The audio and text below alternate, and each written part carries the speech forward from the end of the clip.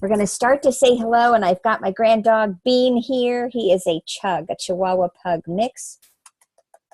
Bean. Beanster.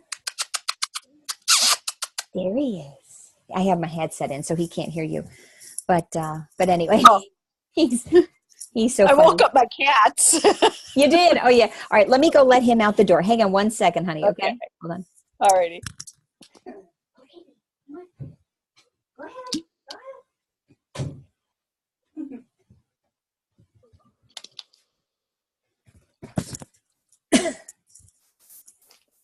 So thank you for doing that little, whatever they're called. Graphic. Yeah, the graphic. Thank you so much, because I thought that was really cool. I really enjoyed that.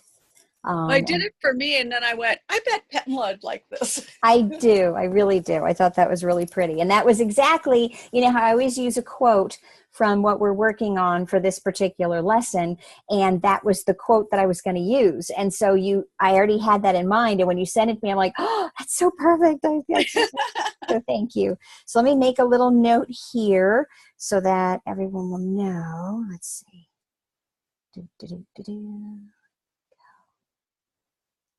Let's go to 65 and wake up and just say, starting now.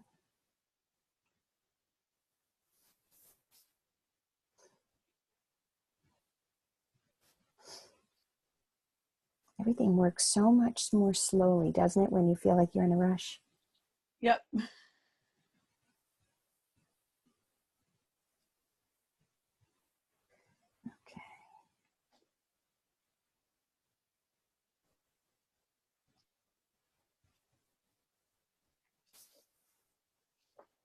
Hello, Melissa. Hi, Melissa. Hi, how are you? Hi, sweetheart. How are you? I'm good. Yeah, let me just make a little note. It's cold in Northwest Oklahoma. I bet. What's the temperature? It's 32 right now, but we had an ice storm. You did? Yes, we didn't have school today. Really? Okay, so yeah. I haven't had an ice storm in a very long time. What I like about it is how pretty it can be where all the little branches are covered. You see that? Right. It wasn't really like that because it got above freezing, so it melted most of the ice, but there was probably an inch of ice on the roads. It was like super slick. Oh, wow. Yeah. Yeah, my daughter that's really scary. Pick up her car, which is about half an hour from her house. But she had a loaner because something went wrong with her car yesterday on the way to work. So anyway, we were talking on the phone this afternoon, and she said, Mom, I got to go. There's supposed to be an ice storm. I got to go get there and get home before it starts. Yeah, that's scary. I remember having to scrape my car all the time. In New Jersey, where I grew up on the shore, we didn't get snow often, but we got ice storms and sleet and freezing rain and all that. And that was worse than snow because it's really dangerous to drive on, and it's such a mess with your car because you have to chip things off. Hey, Jennifer, I'm so glad to see you here. You have to chip all the ice off. And I remember there was one time where I couldn't get in the car because the ice had frozen over the lock. And so I couldn't get into it to warm the car up to get all the rest of it to melt. So it was just a big old mess. And I do not miss that. But I do remember how pretty it was when it would get on all the little branches, Yeah. Yeah, and that was neat. But then sometimes it'll kill the plants. Like I'm dealing with the other day, we went out and trimmed our garden out front, and I had to trim off a lot of the fronds from my palm tree because they got freezer burn on them. That's how cold it's been, and they just can't handle all that. So I had to cut down a lot of stuff, and I'm praying that it will come back. We'll see. We'll see if it'll work. Who is that? Who is owner? Yeah. Who's owner? Who is owner? I don't know who owner is, but this is Jennifer Bishop from Moore, Oklahoma. Hey, Jennifer, sweetheart. I'm glad to see you. I'm so glad you were able to make it. Thank you. Glad to be here. Yeah, absolutely. So we'll wait. There's a couple more people that are going to be coming on, I know. And who is that? That's owner? Come and say hello to us. At least let us hear your pretty voice. Me. Hey, hello. Do you know how to change your listing? No. You don't? Okay. If you hover over with your mouse, your name or owner, it'll give you an option to rename, and you can type in your name there. See if you can do that.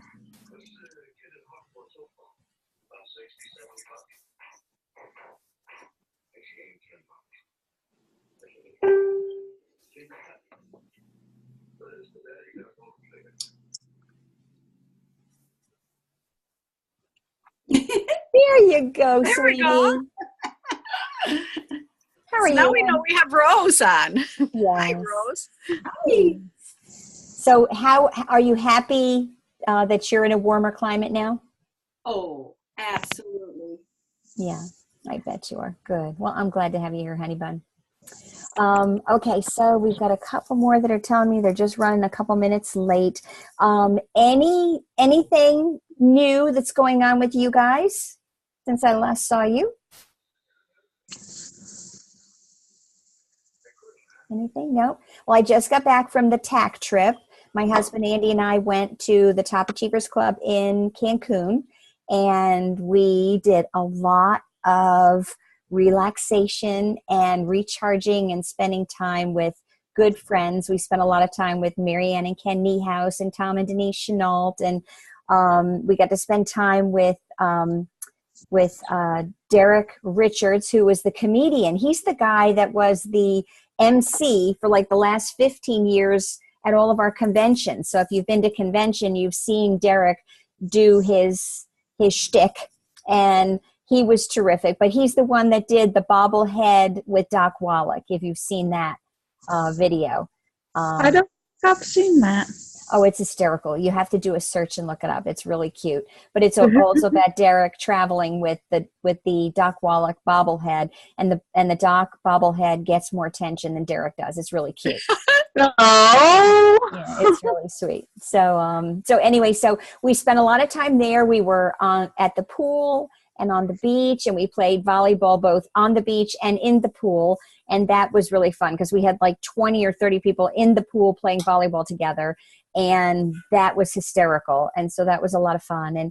And just, we got to witness Juan Carlos and Lily's wedding for our farewell party.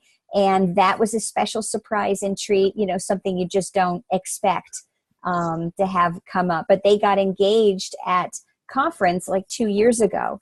And so that was a really neat little treat. And they're just such an adorable couple.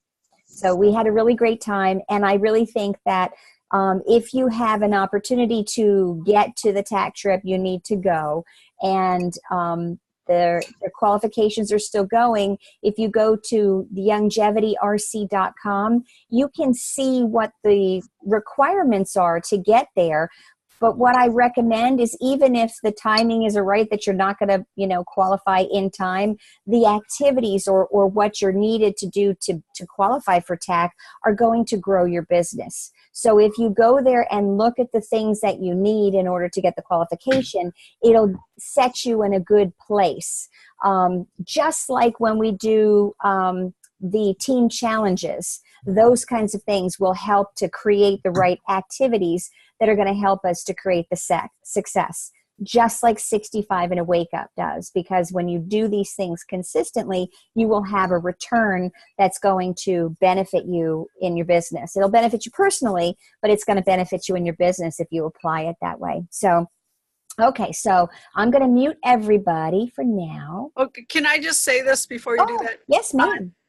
I think the bobblehead video is on Frozen Photo, F-O-T-O, photography. Apparently that's something to do with Derek. Okay. So Frozen Photo Photography is the name of the people who do his work, I guess, or he did it or something. Yeah, his or production. something. Perfect. Thank you, Linda, very much. Yeah, it's worth it. So Frozen Photo. So let's write that down here. And photos, F-O-T-O. And then photography. Yes. .com. So It's Facebook page. Oh, it's a Facebook page. Okay. So it's a Facebook page, but Frozen Photo Photography. Go take a peek at that and you'll get a big chuckle. All right, so I'm going to mute everybody and we're going to get started. And what we're doing is we're going to do a recap because it's been a while since I was away and because we're going to go into a new section. So of course we're doing The One Thing by Gary Keller, the surprisingly simple truth behind extraordinary results. And the first part was all about the lies. They mislead and derail us. And he goes on to tell us that the problem is we tend to act on what we believe in, even when what we believe isn't anything we should. And buying into the one thing becomes difficult because we've unfortunately bought into too many other things. The real solutions we seek are almost always hiding in plain sight. Unfortunately, they've usually been obscured by an unbelievable amount of bunk, an astounding flood of common sense that turns out to be nonsense. And over time, myths and truths get thrown around so often, they eventually feel familiar and start to sound like the truth. And he said that the challenge we face when forming our success strategies is that success even has its own lies, because things that we're told that successful people do are not necessarily true. And the 6 lies between you and success are: everything matters equally, multitasking, a disciplined life, willpower is always on will call, a balanced life, and big is bad. And these beliefs get into our heads and become operational principles driving us the wrong way. And if you want to maximize your potential, you need to put those lies to bed. So I just want to go through each one a little bit before we move on to the truth. And so everything matters equally. We are told, one second, that the big ideas at the end of the chapter, and that's what I'm going to go through, the big ideas at the end of each chapter. Go small. Focus on being productive. Allow what matters most to drive your day. Go extreme. That core activity goes at the top of your success list. Say no, and whether you say later or never, but say not now, to anything else you could do until your most important work is done. Then don't get trapped in the checkoff game, right? That's where we're doing our list and we think we're getting things done, but a lot of times those items on our list are things that really are not the thing we should be doing. So sometimes it's the first thing you do, sometimes it's the only thing you do. We'll talk a little bit more about that later.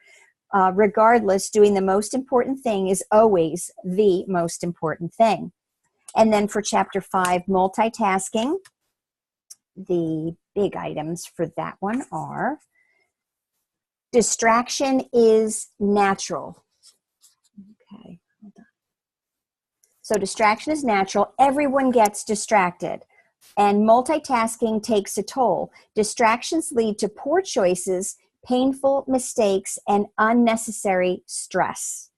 Distraction undermines results. When you try to do too much at once, you can end up doing nothing well. Figure out what matters most in the moment and give it your undivided attention. Marianne is there. I see her in the background. And multitasking is impossible. It's never possible to do it effectively. Okay, then chapter 6 is about a disciplined life. Hi, honey. And in chapter 6, the big ideas are: don't be a disciplined person. Be a person of powerful habits and use selected discipline to develop them. Excuse me, build one habit at a time.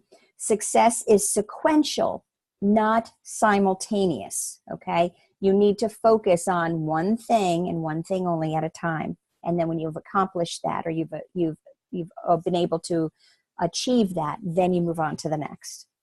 And then what you do is you develop a few significant habits, one at a time, over time. And again, this is why we built 65 days in a wake up, to be separated from the follow-up portion in the beginning, because you need to be good at the coffee shop interview first. And then the 1-3 way, which is a tool exclusively in the beginning. And then a 3-way call as you progress through the program. And we need to give each habit enough time. Stick with the discipline long enough for it to become routine. Habits on average take 66 days to form, hence 65 and a wake up. Once a habit is solidly established, you can either build on that habit or, if appropriate, build another one. And if you are what you repeatedly do, then achievement isn't an action you take, but a habit you forge into your life. You don't have to seek out success. Harness the power of selected discipline to build the right habit, and extraordinary results will find you. And again, through 65 and a wake up, we saw this happen when we were at that day 20, day 30, day 40, where all of a sudden we're tripping over ourselves. We start to say, oh my gosh, these people are coming to me, and now I don't have to worry about chasing after them. And that's the whole point, because we want to be providing what people are looking for, and we want them to be looking to us for the answers. We don't want to have to constantly be chasing them down. So chapter 7 was willpower is always on will call. That's a lie, right?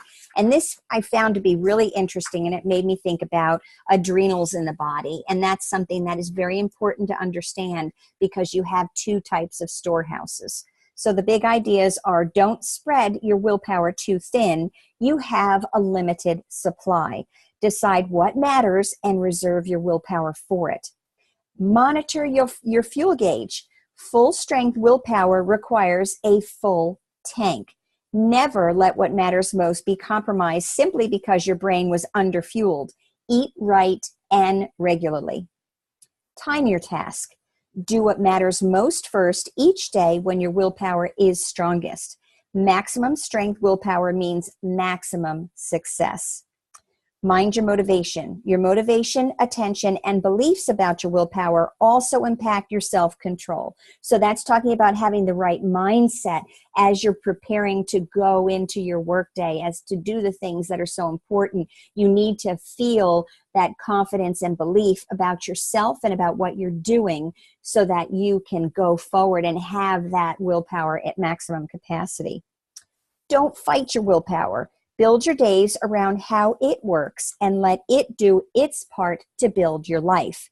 Willpower may not be on will call, but when you use it first on what matters most, you can always count on it. Chapter 8 is a balanced life, right? Again, another lie. Okay. And the big ideas in a balanced life are think about two balancing buckets that you have. Separate your work life and your personal life into two distinct buckets, not to compartmentalize them, just for counterbalancing, because each habit has its own counterbalancing goals and approaches. So you have the two big ones, and then you have little things in between that are also needing to be counterbalanced. What else do we have? Oh, Vincent, welcome. So counterbalance your work bucket. View work as involving a skill or knowledge that must be mastered.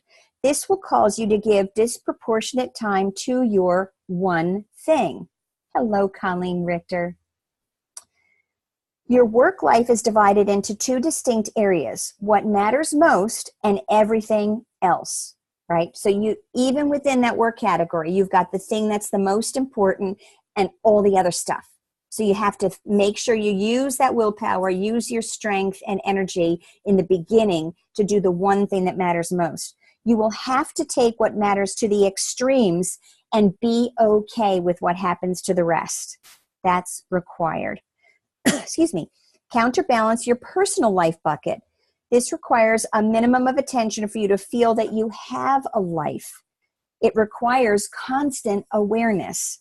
Never go too long or too far without counterbalancing them, so that they all are active areas of your life. So start leading a counterbalanced life. Let the right things take precedence when they should, and get the rest when you can. And chapter 9, big is bad, right? Because we hear about the big bad wolf and all these other things that you think are bad, and big is not bad. So, okay, big ideas. Think big. Avoid incremental thinking that simply asks, what do I do next? This is at best the slow lane to success. So you want to, and at worst, the off-ramp. This could not just be slowing you down, but taking you completely off the road to success. Ask bigger questions. Double down everywhere in your life. If your goal is 10, then ask the question, how can I reach 20? It's like the old story of, if I reach for the stars, I just might catch a cloud, right? But if you reach for a cloud, you might just reach a little bit above you, right? So you want to reach beyond. It's kind of like when my boys were in Taekwondo, when they would have to strike the boards to break them. You don't think about making contact with the board. You think about going through the board, right? Okay, because if you just think about hitting the board, you're going to break your hand. You need to go all the way through. And have you ever done that? Have you ever been somewhere where you misjudge your distance from something, and you go for a full swing to move or something, and you hit something so hard, no, you're thinking, oh my gosh, I could have broken the desk. It could have broken my arm, my head, whatever you hit it with. But it's that thing of, you thought that was nothing but empty space. And so you swung through it as if it were. And that's what you need to kind of think of, is reaching as far beyond as you can. Okay, so set a goal so far above what you want that you'll be building a plan that practically guarantees your original goal. Don't order from the menu. Be different, right? Ignore the menu and order your own creation. Imagine outcomes that no one else has. And then I love this quote: people who are crazy enough to think they can change the world are the only ones who do. Act bold. Big thoughts go nowhere without bold action. Once you've asked a big question, pause to imagine what life looks like with the answer. If you still can't imagine it, go study people who have already achieved it. That's like our Tom and Denise, our mentors in the 65 and a Wake Up.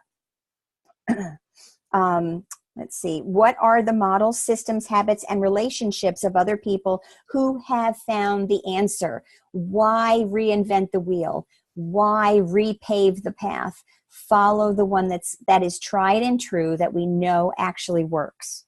What consistently works for others will almost always work for us, and that's if we apply them correctly. Don't fear failure. Adopt a growth mindset, and don't be afraid of where it can take you. Extraordinary results are built on failures too. We fail our way to success. When we fail, we stop, ask what we need to do to succeed, learn from our mistakes, and grow. And what I always say is, the only failure that doesn't lead to success is the one that makes you stop. So don't worry. We're going to make mistakes along the way. Just as Tom teaches us, plan, do, review. You're going to plan out your course of action. You're going to follow through and do it. And then you're going to review the results and see if the things that you were doing were working, or see if there are some things that were not working that you need to modify, right? So plan, do, review. That should be a constant thing that you're doing, and it's okay. So you see something that happens, you go, oh my gosh, I thought this was going to be really terrific, and it really didn't work at all. And I think that in and of itself is a level of humility that we all should be able to have. That ability to stop and think, you know what, I thought I had this right, but I obviously need to make a change. Okay. Don't let small thinking cut your life down to size. Think big, aim high, act bold, and see just how big you can blow up your life. Okay, so that's the end of part one, the lies, they mislead and derail us. Does anyone have any questions or comments for that before we begin part two, the truth, the simple path to productivity? Anybody have anything? No, we're good? Okay, let's go on. So, with the introduction, be careful how you interpret the world. It is like that. And that's terrific. So here we go, that Gary Keller tells us, I began my career assuming everything mattered equally. So in an effort to cram it all in, I attempted too much at once. Frustrated, I eventually began to doubt I had the discipline or will to achieve success at all. Who's ever had that feeling? Me, I've had that feeling, right? You begin to go, oh, I just can't pull this off. As my life continually fell out of balance, I started to consider that trying to live a big life might be a bad thing. When you try to live up to something that isn't possible, you can get pretty down. And he said he was pretty down. In an attempt to make it all work, I began to bear down even harder. I started to clench my way to success. Your jaw is clenched. Your fists are clenched. Your stomach is clenched. Your butt is clenched. The whole thing, it just, can you imagine? And you're trying to convince somebody to do what you're doing, and don't you just look so excited to do it? And everything is just all uptight and a big mess. People will go running mad into the streets, right? So he's leaning forward, breath held and body taut, tight, totally tense. He said he did find success, but it also put him in the hospital. Your body can't handle that. It's not normal. Like I said, we just got back from a wonderful trip where Andy and I were hanging out with Marianne and Ken, and we were relaxing. We enjoyed it. It was wonderful. We shared stories about stuff in our lives and about things in our business and just had a good time. And it's so important to do that because you need to have that space of peace. And you should carry that with you as you go through your business as well, because you sure are going to end up in the hospital if you end up trying to clench everything up like that. It just doesn't work. As a matter of fact, I'm going to tell you a story about training that I had through the Upledger Institute, Dr. John Upledger, and he's the one that I was able to do the dolphin therapy with in the Bahamas, where we worked with dolphins in the water working on patients. So we had like 5 people and a dolphin who was the lead therapist, and we're working in the water. And through the training I had with Dr. Upledger, there's actually a theory, and most of American doctors believe that the skull is completely fused in children by the age of 5. Okay, but actually there are a series of fissures in the brain that are really specialized joints. And what was really interesting is Dr. Upledger has kind of brought this out, and he was talking about these 2 men that did work prior to his, that he ties into the craniosacral therapy that I was trained in by him. And he was actually teaching in Europe, and he was ready for them to all go nuts because he was explaining to them about these specialized joints.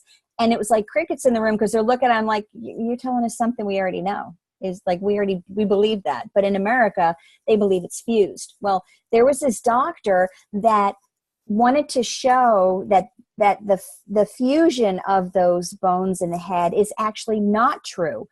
So what he did is he used one of those old-fashioned leather football helmets, right? Put it on his head, and his wife, who was a nurse, she was monitoring him to see how he would behave, but used a vise and clamped his head and clamped this vise onto his head and squeezed it gently. We didn't want to pop him like a pimple, but she squeezed his head to a point so that there couldn't be any movement. And there's this thing called a craniosacral rhythm that is a very, very delicate flow, and it kind of expands and contracts. And so when you do craniosacral work, you're working with this. It's almost like a breathing or a heart rate, but it's really very delicate and really very slow. And so by putting this pressure on, it was not allowing the skull to expand and contract. You know how when you have a headache and you feel like your head is pounding, right? Well, it was that kind of a thing. And what his behavior changed by being clenched by this vice is that it really was driving him mad. And so that's what I think of when he talks about clenching everything and how it made him sick. And it's, your body isn't intended to do that. There needs to be this ability to breathe and move. Excuse me. So I hope that helped give you a little bit of a visual understanding and learn a little bit about your body too.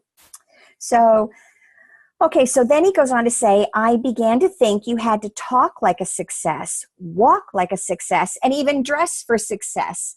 And Tom Chenault just recently was questioned by somebody who said, gee, you don't dress like you're a rich guy. And he's like, well, gee, I'm really not a rich guy. I don't do that. But what's really terrific is that this whole preconceived notion of what we're supposed to do and look like and be is just that. It's a preconceived notion, something from the past, something we don't have to do anymore. Women don't wear gloves. Men don't wear hats. All these things over the course of time have changed and shifted. We just need to kind of let go a little bit, kind of chill out and not be so uptight. So he goes on to say, I took seriously the suggestion that you are supposed to project the way you want to be. I simply got tired of playing success. I was going overboard. In the end, it pushed me too hard, others too far, and my world over the edge. Because what are we trying to do when we're talking to people, right? We're trying to relate with them, connect with them on their level, make this seem like it's something that they could easily do. We don't want to make it seem like they have to behave differently in order to be successful. We want them to be themselves, right? We want to be able to connect with them on that kind of a level. So he said, I was truly beginning to think that the secret to success was to get as tightly wound up as possible each morning, set myself on fire, right? And then open the door and fly through the day, unwinding on the world until I literally burnt out. It got me success and it got me sick. Eventually, it got me sick of success. I ditched the lies and went in the opposite direction. First off, I got unclenched, right? So you loosened up. Everybody got loosey-goosey. Started listening to my body, slowed down, and chilled out. He started wearing t-shirts and jeans to work. He dropped the language and the attitude and went back just to being himself. Just be you. He had breakfast with his family, got in shape physically and spiritually, started doing less. And he said, yes, less, intentionally, purposefully less. He said he was looser than ever, laid back for him and breathing. He said he became more successful than he ever dreamed possible and felt better than he'd ever felt in his life. And he said, here's what I found out. We overthink, overplan, and overanalyze our careers, our businesses, and our lives. Long hours are neither virtuous nor healthy. We usually succeed in spite of most of what we do, not because of it. He discovered that we can't manage time.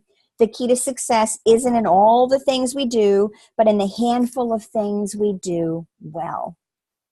Success comes down to this: being appropriate in the moments of your life. And he said, this is where I'm meant to be right now, doing exactly what I'm doing. Then all the amazing possibilities for your life become possible. The one thing is the surprisingly simple truth behind extraordinary results. So now we're going to go into chapter 10, which is about the focusing question. And this is really the center of this book. And when we were talking about this book being a part of our study, Marianne was mentioning about a quote, and the quote is what's in here. And Linda did a beautiful job of creating that graphic for us to use to post in Facebook to see the pretty graphic of this particular quote by Gary Keller. So let's continue. There is an art to clearing away the clutter and focusing on what matters most. Simple, transferable, requires the courage to take a different approach. And then he goes on to talk about Andrew Carnegie, who was addressing a college in 1885. And just if you don't know, Carnegie was a steel company that was the largest and most profitable industrial enterprise in the world. He was the second richest man in history after John D. Rockefeller. And in Carnegie's talk, which was entitled The Road to Business Success, he said, this is the prime condition of success. Concentrate your energy, thought, and capital exclusively upon the business in which you are engaged. Begin on one line, resolve to fight it out on that line. Adopt every improvement, have the best, he says machinery, but I put in tools, right? You need the best tools, things like rapid funnel, right? Things like contact mapping, things like the Longevity University. These are tools that we need. And then know the most about it. And he said the concerns which fail are those which have scattered their capital, scattered their brains. And he said put all your eggs in one basket and then watch that basket. Look around you and take notice. It's easy to watch and carry one basket. Trying to carry too many baskets that break most eggs in the country. And that's interesting because when you look at longevity, we have a lot of baskets, right? We've got a lot of verticals. We've got all kinds of different products. However, there is something for everyone, but you should always try and focus, right? You always have kind of one thing that is the most important part of your passion, of what thing that you find to be most successful for you. And the more you focus on that, you have an ability to be able to express yourself in a very, very productive and professional manner. You need to know something about the other verticals to be able to converse with people, but you also need to have those resources to know who can I talk to about for tails only? Who can I talk to about mineral makeup? Who can I talk to about Mia Alicia jewelry? Where can I go to see the catalogs? You know, things like that. So if you have an idea of all those, but you focus on your passion, the coffee, for example, you know, whatever it is for you, that's where you kind of want to keep your wheelhouse, but then just have the ability to know how to reach into the other basket and say, oh, I have this person. Remember, you've got someone there that can be a resource for you. And that's another thing about 65 and a Wake Up. It is about the community and being able to talk to people and say, you know what, I know exactly the person who you can relate to about that because they had a very similar situation. Would you mind if you hold on for a second? I'll get them on the phone. I mean, really keep it very simple and keep it about them. Okay. So Mark Twain, whose name was Samuel Clemens, he actually came from Hannibal, Missouri, which is where my mom and my grandma were born and raised. He wrote, "The secret of getting ahead is getting started. The secret to getting started is breaking your complex, overwhelming tasks into small, manageable tasks and then starting on the first one." And hear how we're seeing this over and over again. There's this secret. There's this one thing. It's a place to begin, the right place to begin. Then we talk about the Chinese proverb, a journey of 1,000 miles must begin with a single step. If this is true, then the wrong first step begins a journey that could end as far as 2,000 miles from where you want to be. So the whole thing is the focusing question helps to keep your first step from being a misstep. And the quality of any answer is directly determined by the quality of the question. Voltaire wrote, "Judge a man by his questions rather than his answers." Sir Francis Bacon said, "A prudent question is one half of wisdom." The other half, I guess, would be the answer. Indira Gandhi concluded, "The power to question is the basis of all human progress," right? Because you need to ask questions in order to get to know something better, to better yourself, to create a better understanding. And the scientific method asks questions of the universe in hypothesis form. And more than 2,000 years ago, Socrates created the Socratic method, teaching through questions. Excuse me. Questions engage our critical thinking. Asking questions improves learning and performance by as much as 150%. Nancy Willard wrote, "Sometimes questions are more important than answers." And then we have a poem by J.B. Rittenhouse, and this is really beautiful. "I bargained with life for a penny, and life would pay no more. However, I begged at evening when I counted my scanty store. For life is a just employer. He gives you what you ask, but once you have set the wages, why, you must bear the task. I worked for a menial's hire, only to learn dismayed that any wage I had asked of life, life would have willingly paid." Wow. Stop selling yourself short, right? Start really thinking about your value and setting it higher than you ever imagined, because life will pay it to you. God is no respecter of persons, right? We're all created with the same ability. with the same chance, right? And so it's what we allow to have happen, what we allow to be set into motion by our own thoughts, by our mindset. We restrict ourselves and we don't need to. And I thought that was just so beautiful. One of the most empowering moments of Gary's life, he goes on to say, came when he realized that life is a question and how we live it is our answer, right? So that's where you need to be able to pause and see the situations that arise in your life and think about the options of how to respond to it, right? There are too many people who are reactionary. And a lot of times our reactions are built upon the behaviors that we've had over the years because of relationships in our early childhood, you know, all that stuff that we think is true, those lies that we were told by our family that we don't matter, that things don't belong to us, that we don't have the right to want something, that we don't deserve it. All these little things is that guy that sits on your shoulder that Tom says we need to punch in the nose, right? Those are recordings from something or someone in our past. It could have been a coach at school. It could have been a mother or a father. It could have been a sibling. It could have been a boss. It could have been anybody. And all these things that held you back were merely belief systems that you've been fooled into thinking are true, right? So, how we phrase the questions we ask ourselves determines the answers that eventually become our life. So not only are you in control of the answers, you're also in control of the questions. That's so cool. So there's no fear. There's no need to be fearful because you've got it. God's given you this ability and given you all these options, and you have all these choices that you can make, and it's only limited by your own beliefs.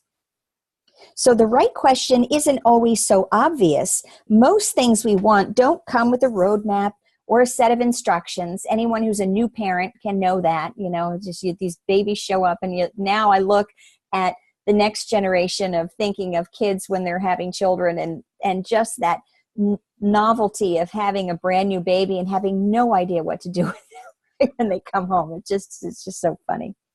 So, clarity, and this is a big word for me for this year. Clarity must come from us. All right? So we provide the answers, we ask the questions, and we create our own clarity. Boy, don't you feel powerful? How do you come up with uncommon questions that take you to uncommon answers? And this is the one question you ask, the focusing question. Anyone who dreams of an uncommon life eventually discovers there is no choice but to seek an uncommon approach to living it. The focusing question is that uncommon approach. In a world of no instructions, it becomes the simple formula for finding exceptional answers that lead to extraordinary results. And this is the quote. What's the one thing I can do such that by doing it, everything else will be easier or unnecessary? That's the center. That is the focusing question. Excuse me. It is so deceptively simple that its power is easily dismissed by anyone who doesn't closely examine it. So we have to think about it, that there are two parts to this. There's a big picture. Where am I going? And what target should I aim for? But there's also a small focus. And that is, what must I do right now to be on the path to getting to the big picture? And if you remember from one of our past lessons, I was telling you about Mark Januszewski had given me part of a training program where he talks about, don't look at the clock, look at the compass. You want to make sure you're headed in the right direction. It doesn't matter how long you get there. As long as you're making progress and making a positive change, you should feel good about yourself. And so allowing yourself to have that time and ability to make small progressions should give you that positive feeling that you have the ability to be successful on bigger levels. So just take one little step at a time, but make sure that those steps are in the right direction, right? Okay, so let's see. It shows you how big your life can be and just how small you must go to get there. Extraordinary results are rarely happenstance. They come from the choices we make and the actions we take. Focusing question always aims you in the absolute best of both by forcing you to do what is essential to success. Make a decision. Have you ever been at the point where you just can't decide what you want to do? Should I do this? Should I do this? Should I do this? Should I do? Just do something, right? Just do it, right? And it drives you, but not just any decision. You want to be driven to make the best decision. It ignores what is doable and drills down to what is necessary. It leads you to the first domino. And remember, that first domino is the starting point for doing tremendous things. So to stay on track for the best possible day, month, year, or career, you must keep asking the focusing question over and over and over again. It forces you to line up tasks in their levered order of importance so that each time you ask it, you see your next priority. You're setting yourself up to accomplish one task on top of another. When you do the right task first, you also build the right mindset first, the right skill first, the right relationship first. Powered by the focusing question, your actions become a natural progression of building one right thing on top of the previous right thing. When this happens, you're in position to experience the power of the domino effect. And so let's kind of dissect the question, right? Let's look at the anatomy of it. The focusing question collapses all possible questions into one. What's the one thing I can do such that by doing it, everything else will be easier or unnecessary? Part one. What's the one thing I can do? This sparks focused action. It forces you towards something specific. The phrase can do is directing you to take action that is possible.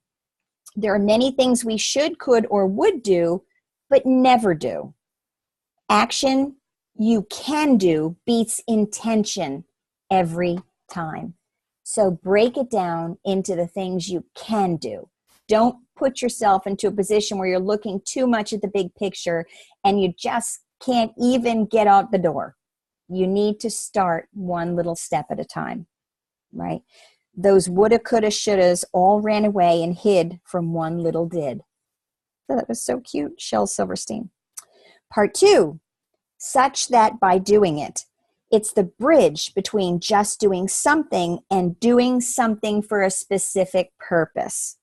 You're going to have to dig deep because when you do this one thing, something else is going to happen. So just be ready. And I've talked to people about this all the time when you know, God has a plan and he puts the plan into action for you. And sometimes you have to wait for God's timing to be perfect because our timing is not. And when God's timing is perfect, be ready because it's going to make things move and move fast. God doesn't do anything small. So be prepared when you start doing these things in the right way. All of a sudden, big things will be ready to happen. And that's where we talk about the domino. We have the little domino and a bigger one and a bigger one and a bigger one. And then you're able to knock them all over from the power of that one little domino because of the force that you've created through the built upon actions over the course of time and the efforts that you've made. Okay. Part three, everything else will be easier or unnecessary. Archimedes said, give me a lever long enough and I could move the world. That's the ultimate leverage test. The question, it tells you when you found the first domino. Everything else you could do to accomplish your goal will now be either doable with less effort or no longer even necessary. Declutter your life by asking you to put on blinders, doing the leverage thing and avoiding distractions. So focus, focus, focus. I talk with people about this on my team. Stuff will come up, okay? Especially if you have historical things that you are known to be easily distracted by. You want to make sure that when those distractions come up, it's kind of like the horses that you see on the road when they're have the carriage, and you'll see them with those blinders on because they would be too easily distracted. And so you need to keep that focus like a laser in front of you, doing the one thing that is most important at this particular time that's going to get you that first domino to start to move, right? Okay. Let's see. The focusing question also asks you to find the first domino and focus on it exclusively until you knock it over, right? So keep going, keep going, keep going until you finally get that one knocked over. That's why in 65 Days in a Wake Up, when we have the chance to go back to day one and start again, right? It's because you need that practice. You need more times to have an opportunity, because at first, if you can just imagine at first, that little domino feels like this, and you're pushing and pushing and pushing this gigantic domino because you feel like it's so huge.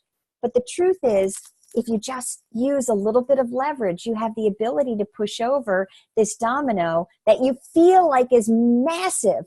And truthfully, it's just this little thing. And so you create the right force to make it fall over. And then there's a bigger domino that now you have the will, you have the strength, you have the ability. And again, for each one, right? And all of a sudden you look back and you go, wow, that wasn't so bad after all. I thought that was insurmountable. I couldn't even manage that. Like what I did when I started 65 and a Wake Up, how am I going to find 2 people every day to talk to? I'm going to annoy the heck out of somebody that doesn't even want to talk to me. And what about that 3-way? Oh, forget about that. It's never going to happen. And all of a sudden it just comes together, right? Okay, so now we can knock over that domino. You'll discover a line of dominoes behind it, either ready to fall or already down. Hey, Miss Emily. Hey, Henny Bun. All right, so the big ideas for this chapter.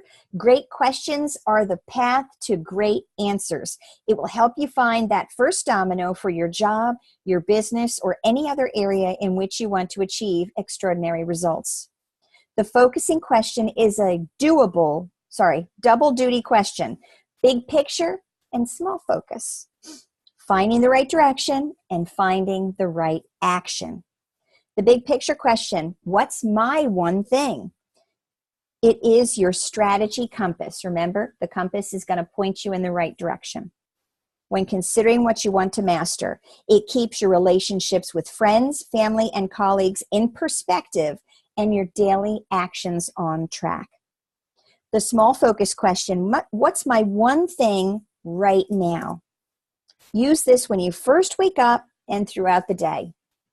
It keeps you focused on your most important work and helps you find the levered action or first domino in any activity. It's keeping you attentive to your most important immediate needs as well as those of the most important people in your life. And then you're going to plot your course through life and business. Asking the focusing question is the ultimate success habit for your life. And that's the end of chapter 10. So what questions, comments do any of you guys have? You can either chat, or you can raise your hand, or you can unmute yourself. Jump on in.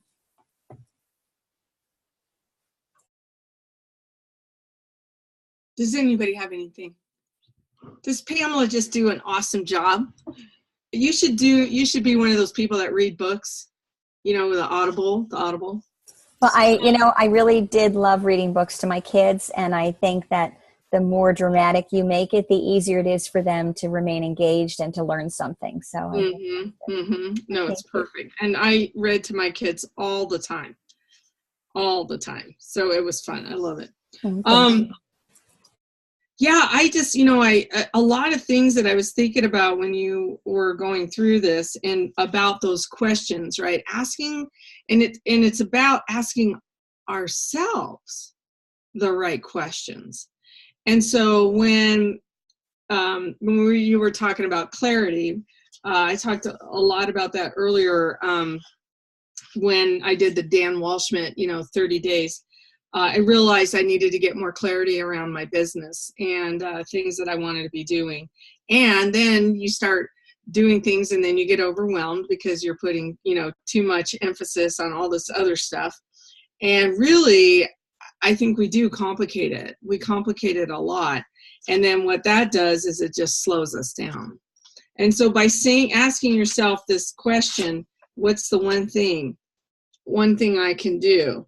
Or how I need to focus on this because I know I need to accomplish this in order to move to that next thing. And then there's the domino happening. And one of the things when you talked about rapid funnel too, and those of you that have been on some of the calls and you've heard about this app, what I see it allowing me to do, because when I wanted to focus more on follow-up this year. Last year I focused on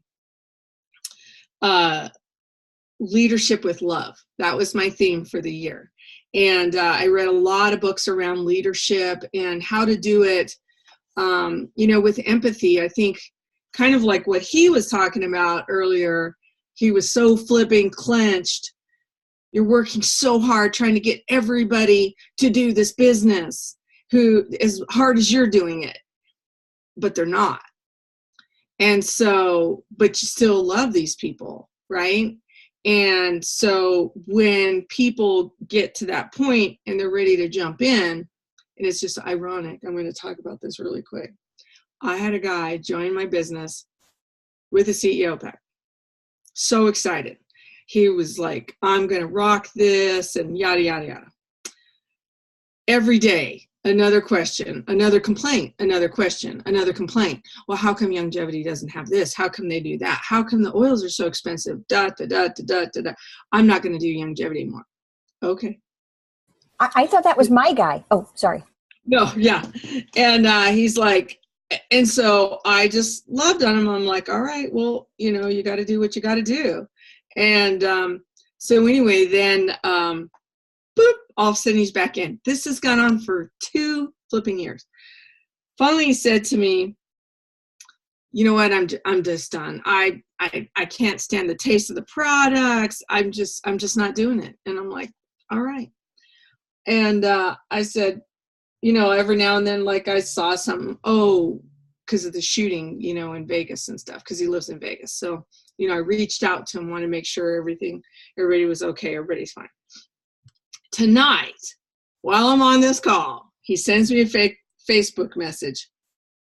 I'm having some severe knee pain and I'm not able to get rid of it. I think Longevity is going to help. And I just talked to a lady who I think she wants to, do this. And suddenly he's back in again.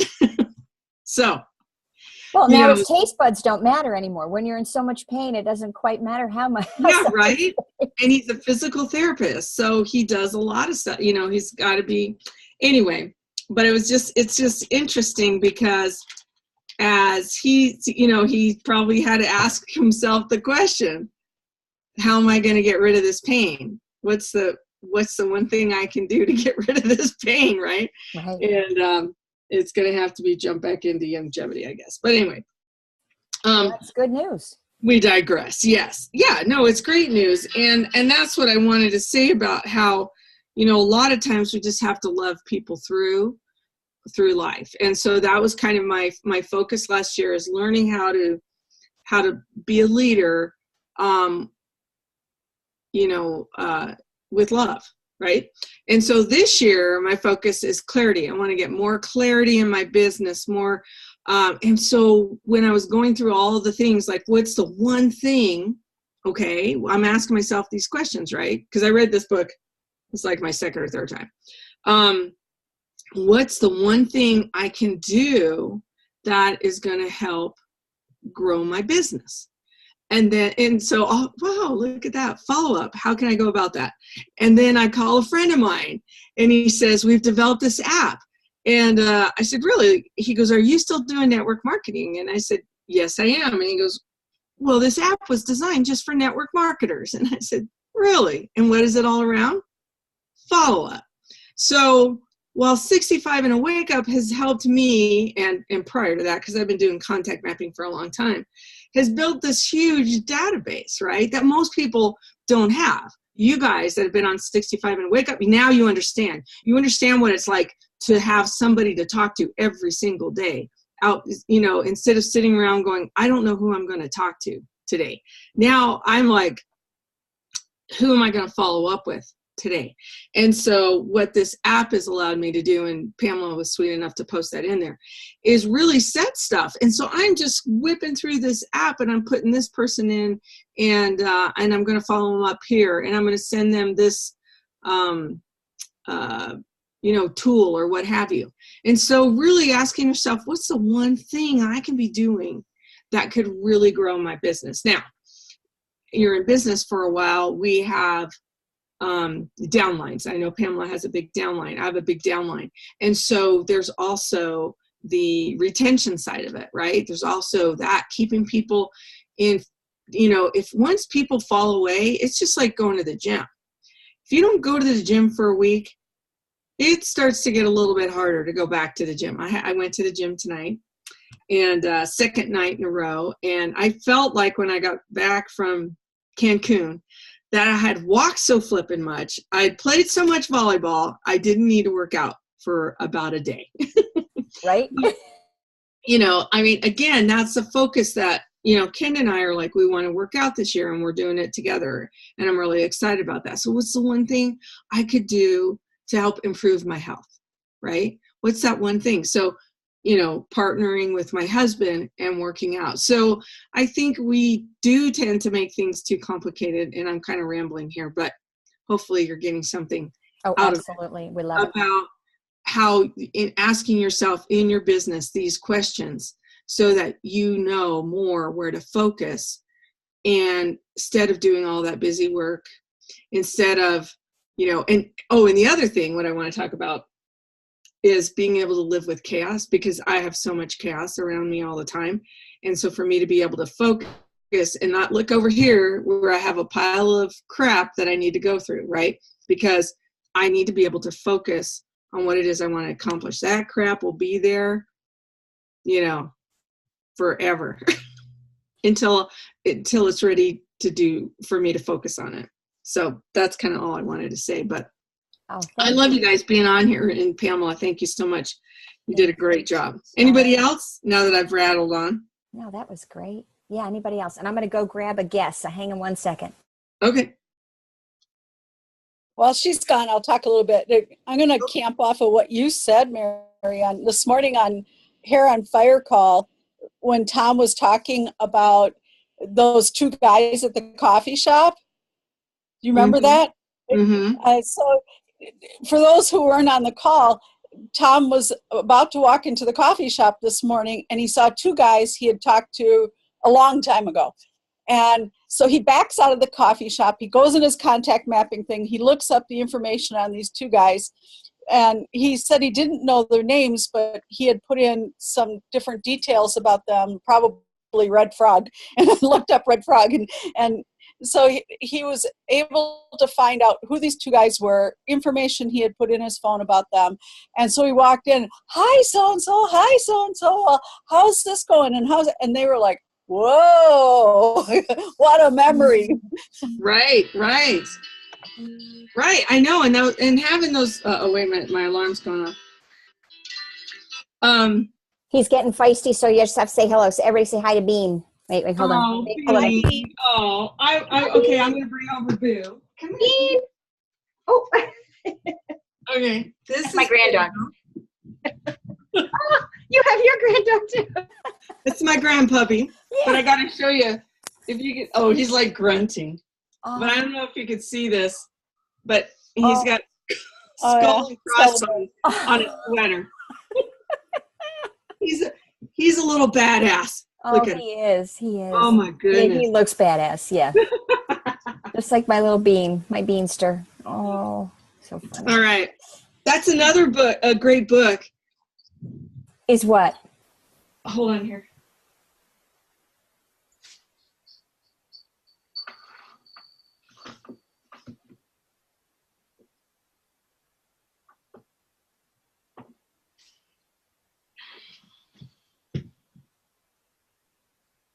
Can you read it? Oh, you're muted. We got muted. There we go. I'm sorry. Yes, that's, you know what? How do you get your camera to read the right way? Because look. I don't know. Mine does this. Look. Oh. No, it's right. It looks right to us. It looks right to you? Does this look right? Does this Yes. look right to you guys? Because it looks backwards to me. Oh, see, it looks backwards to me. And so I thought it looked backwards to you guys. No, this is You Are a Badass, How to Stop Doubting Your Greatness and Start Living an Awesome Life. Right. Very Jen. cool. It's an awesome book. Jen Sincero, is that it? Jen Sincero. Perfect. All right, kiddos. Anybody else? As I worked through this book, and especially that last chapter, and started asking some questions, I really began to hone in on what I need to do business-wise and what needs to be set aside or done differently. Mm-hmm. So it really helped me to do that. So I have questions for somebody. I was going to call Tom today because he said, I got the whole day free, call me, and that didn't work out. But I need to. What were your questions? Well, when I really looked at this and was asking the questions about what is my big thing I have to do, and my big thing is not longevity. God called me to teach women how to be keepers at home. And that includes longevity, because some will need an income to stay home, but it is not my big thing. My big thing is teaching them how to financially come home. And there are a lot of parts to that. And so my big next step is to get certified by Dave Ramsey and have that available to me. I have a lot of the other certifications and qualifications. I was an accountant. I was a homemaker. I budgeted well. My first husband passed away. I had to live on the stipend for 2 years before my daughter went off to school, and that was really hard, but I learned how to budget really, really well. So I got some of that. I taught biblical homemaking. I've been to culinary school. I had my own organic baking company. I've got all these things that I can help them with. But my next step has to be get the certification and learn how to speak in, I already know how to speak in groups, but how to get the speaking engagements and how to do the one-on-one counseling better, and with his proven system. That was part of what was holding me back. Was I was sitting there going, I've got to write my own budgeting things and my own this and my own that, and here they all have that in place. Yeah, he's really certified, fascinating. Yeah, I love Dave Ramsey. We actually use the Every Dollar app ourselves, and my husband is a big follower of Dave Ramsey, and it's really great to live within your means and not have any debt, and go through the baby steps and all that. It's really phenomenal, and just the fact that he does it all with a biblical foundation is really fabulous. Right. And so I love that. And that is really wonderful. And I love the idea that you can use longevity for your bigger purpose to help women to be able to be home with their families, because it's so important. We see the horrible things that are happening in the world and how necessary it is to have that core family, to give them the security that they need. And using longevity not just as a financial support, but also a nutritional support to make sure that they're getting, the necessary nutrients in their children and in themselves as they are bearing children. Because when we read Doc's message, and I love the fact that he always referenced that this is a God-given gift, that he didn't just come up with something as an 8-year-old boy to treat himself with the farm animal supplements, but that was something that was it was a divine intervention that God gave him that wisdom and discernment to make that choice. And so I love that. So I'm very glad to hear, Linda, that you are able to, through this book, to be able to create the focus you need to figure out what your one thing is, and those other that's your direction, the where you need to go, and then the little things you need to do in order to get there. So absolutely, I'm happy for you. Yeah. So my focus won't be building a team. I need to find leaders in different verticals who will work it themselves and be there for me as a resource to connect with women I come in contact with. But to be there and mentoring them, I won't have the time to do that. My focus has to be on finishing the certification and then going out and doing the teaching. And providing them with the tools so that they can be that strength of leadership team for you. That's what you need to be able to point them to, making sure you point them in the right direction so that they can focus on their one thing. Right. Yeah, good. Very good. Well, thank you. All right, guys, so we've gone over a little bit. Is there anything else anybody wants to bring in a little bit to this, or shall we just convene and then we will see each other next week? That's it. All right, I'm going to unmute everybody so we can say goodbye. Okay. Thank you so much for coming. And just, oh, by the way, next week we will cover chapters. We'll cover chapters 11 and 12, the success habit and the path to great answers. So we'll finish up the truth next week. And then after that, we'll go into part 3. So we'll do chapters 11 and 12 next week. All right, perfect. Thanks, you guys. Love you guys. Thank you. Love you all. God bless. To be here, guys. Be here. See you guys next week. All right. Thanks. See you later. Bye-bye. Bye, everyone. Bye. Thank Bye. you. Thank you. Bye.